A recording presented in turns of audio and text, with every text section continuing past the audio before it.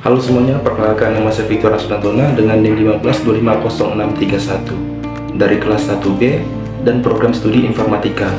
Nah, pada hari ini saya akan menjelaskan logika penyelesaian permainan menara Hanoi dengan 5 tingkat piringan. Nah, sebelum itu saya akan menjelaskan penjelasan dasarnya terlebih dahulu. Menara Hanoi adalah permainan yang terdiri dari 3 tiang dan sejumlah piringan yang tersusun dari ukuran berbesar di bawah hingga terkecil yang paling atas.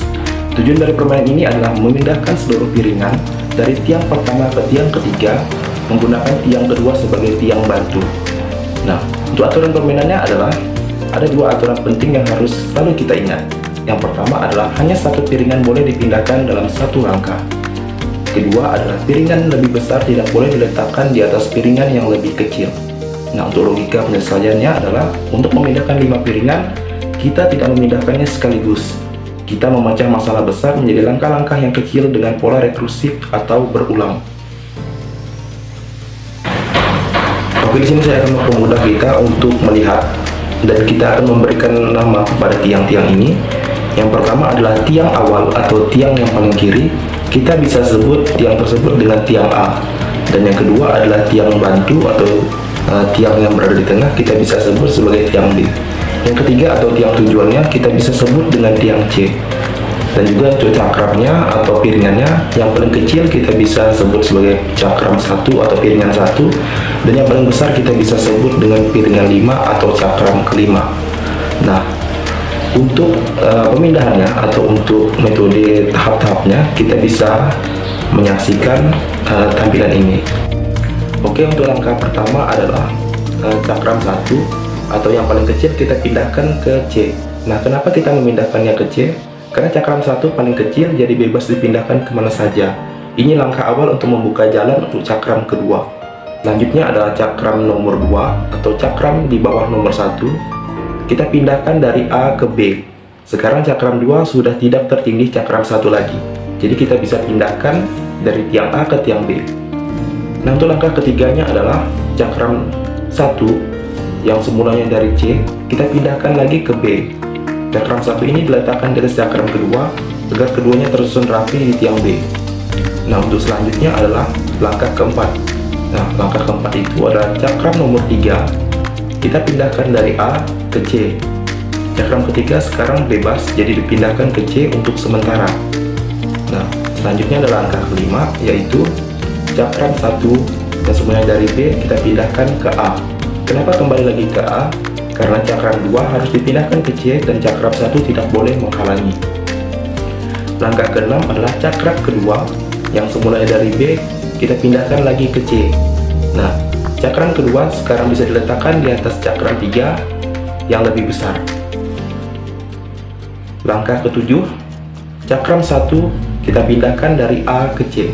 Cakram 1 kembali diletakkan di atas cakram kedua. Artinya cakram 1 sampai 3 sekarang ada di C. Nah, untuk langkah ke-8 atau langkah selanjutnya adalah cakram 4 kita pindahkan dari A ke B. Ini tujuannya tahap ini cakram 4 berhasil dipindahkan ke B.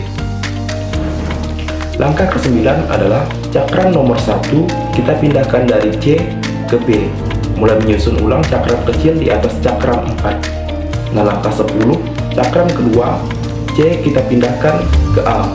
Cakram kedua harus dipindahkan agar cakram 3 bisa bergerak. Karena logikanya adalah kita memindahkan dari yang terkecil ke yang terbesar. Oke, selanjutnya langkah 11 adalah cakram 1 yang semulanya dari B kita pindahkan lagi ke A. Cakram 1 diletakkan kembali di atas cakram 2. Nah, untuk langkah 12 cakram 3 kita pindahkan dari C ke B. Sekarang cakram 3 bisa diletakkan di atas cakram 4. Langkah 13, cakram 1 kita pindahkan dari A ke C untuk mulai memindahkan cakram kecil lagi. Langkah 14, kita pindahkan cakram 2 dari A ke B, diletakkan di atas cakram 3. Nah, langkah 15, cakram 1 kita pindahkan C ke B, diletakkan yang paling atas. Akhir tahap 1, cakram 1 sampai 4 sudah tersusun rapi di tiang B. Nah, untuk tahap keduanya atau tahap intinya, kita untuk memindahkan cakram besar. Oke, selanjutnya adalah langkah 16. Cakram 5 kita pindahkan dari A ke C. Ini adalah tujuan utama dari langkah-langkah sebelumnya. Cakram terbesar akhirnya bisa dipindahkan langsung ke tiang tujuan. Tahap 3, memindahkan kembali 4 cakram dari B ke C. Polanya sama persis seperti tahap 1, hanya saja arah dan tiangnya dibalik. Oke, langkah 17, cakram 1 yang semula dari B kita pindahkan ke A. Langkah 18 adalah cakram 2 yang semula dari B kita pindahkan ke C. Langkah 19, cakram 1 yang semula dari A kita pindahkan ke C. Cakram 1 sampai 2 sudah di C sekarang. Dan sekarang kita akan lanjut ke langkah ke-20. Cakram ketiga yang semula dari B kita pindahkan ke A. Langkah 21, cakram 1 yang semula dari C kita pindahkan ke B lagi. Langkah ke-22, cakram 2 yang semula dari C kita pindahkan ke A. Dan langkah 23, cakram 1 yang semula dari B kita pindahkan lagi ke A. Cakram 1 sampai 3 kini sudah ada di A. Nah, untuk langkah ke-24 nya, cakram 4 yang semulanya ada di B kita pindahkan ke C. Cakram 4 diletakkan di atas cakram nomor 5. Nah, untuk langkah ke-25, cakram 1 kita pindahkan yang semulanya dari A kita pindahkan ke C. Untuk langkah selanjutnya atau langkah ke-26, kita memindahkan cakram nomor 2 dari A ke B. Langkah 27, kita memindahkan lagi cakram nomor 1 dari yang semulanya C kita pindahkan ke B.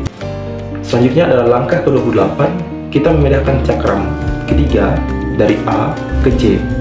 Untuk langkah ke-29, kita memindahkan cakram 1 dari B ke A. Untuk langkah ke-30, kita memindahkan cakram 2 dari yang semulanya B ke C.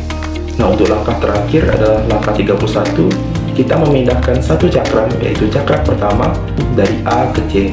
Nah, sekarang semua cakram sudah terpindah dari tiang A ke tiang tujuan, dan urutannya tetap benar, dan total langkahnya adalah 31. Oke, selanjutnya saya akan membahas tentang penjelasan pola rekursifnya. Kenapa harus seperti ini? Karena untuk bisa memindahkan piringan terbesar, semua piringan yang lebih kecil harus dipindahkan terlebih dahulu. Dan untuk memindahkan 4 piringan tersebut, kita menggunakan pola yang sama seperti memindahkan 5 piringan, hanya dalam versi yang lebih kecil. Pola ini akan terus berulang-ulang hingga tersisa piringan satu yang paling kecil, sehingga proses dapat terselesaikan dengan teratur. Nah, untuk jumlah langkahnya adalah total langkah memindahkan 5 piringan adalah 2 pangkat 5 dikurangi 1, yang berarti adalah 31 langkah. Itu menunjukkan bahwa semakin banyak jumlah piringan, semakin besar jumlah langkah yang harus dilakukan. Nah, untuk penutup dari video ini adalah, dari permainan ini kita bisa belajar bahwa setiap masalah besar bisa diselesaikan dengan memecahnya menjadi langkah-langkah kecil, terencana dan sistematis. Menara Hanoi mengajarkan strategi, kesabaran, dan kemampuan berpikir logis. Terima kasih sudah menonton video ini, semoga penjelasannya bermanfaat.